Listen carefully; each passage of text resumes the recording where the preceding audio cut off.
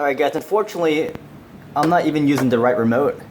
I'm using the Crocodile Hunter remote to move this thing, and it only goes forward. Unfortunately, the remote for this car, there's just so much battery acid on it, it doesn't even move. I could sacrifice this remote and then rewire everything into this, or into the other one, but I don't want to sacrifice my Crocodile Hunter remote, but I think this one's a lot more valuable. So let's go ahead and turn this bad boy on.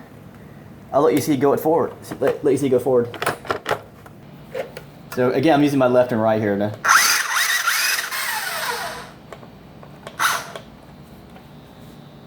Now I'll let you see it go at the camera here.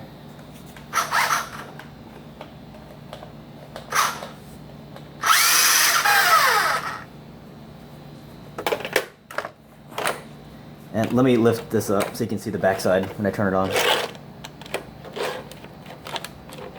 Yeah.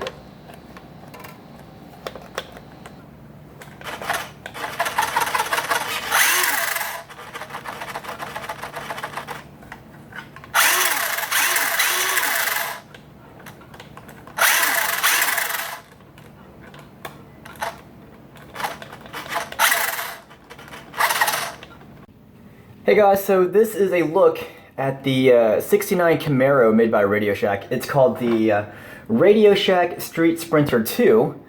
I believe it was called 2 because the first one was also Camaro, but it had different color scheme. Didn't have the side pipes either. Anyways, I bought this for a future project, you know, just a body. Unfortunately, when I got it, I realized that this body is way too small for what I had planned. I asked a guy what the wheelbase was. He told me like 10.5 inches, which would have been perfect. But when I measured this body myself, let me show you. It's not even close to being 10.5 inches. Let me show you guys. So we can measure over here. Even if you just measured the bigger wheels, I don't know if you can see it. So from here to here, that's about 9 inches roughly. 9 inches, guys. The 110 scale cars I use are about 10.5 inches in the wheelbase. The wheelbase on the actual body itself is about 9.5 inches, a little short of 9.5 inches. See? That's the wheelbase of the body itself. So that means this car is super narrow, as you can see. And I was able to slightly drive this with a Crocodile Hunter RadioShack controller, but the left and right and even the forward and reverse controlled just a forward movement on this. I wonder if this would actually work properly if I had a working radio, because this one, it's all, there's battery acid inside. Even on this one, this part broke off here, see that? It was all battery acided. And it just snapped right off. So yeah, this remote's a lost cause. But I didn't really care to drive this in the first place. I just wanted this for the body. And let me show you the body. Like, if I can take it off. I think it's such a pain in the butt to take off. It's not even screwed right now. Alright.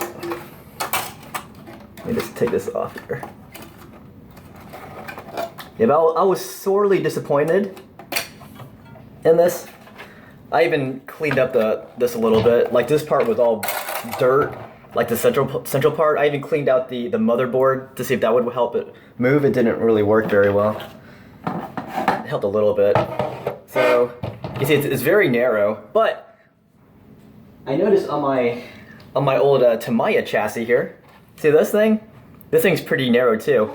It's too long for this, but you can actually make this shorter. So if you put this on here, so obviously it's going to be a little bit too long, but you see this big metal piece right here? You can shorten it. I don't know how to, but look, the width is perfect just about, as you can see. So actually the wheelbase might be rubbing it. See this? No, it might not rub. No, it would. I don't know.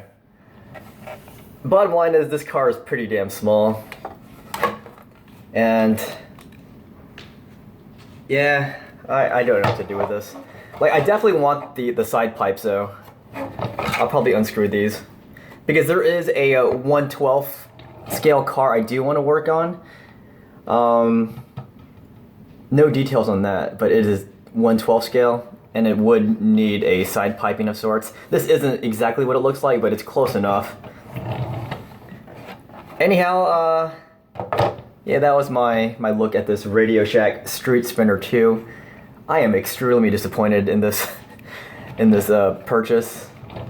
But hey, you know, that goes with the territory of being a searcher for rare RC car bodies.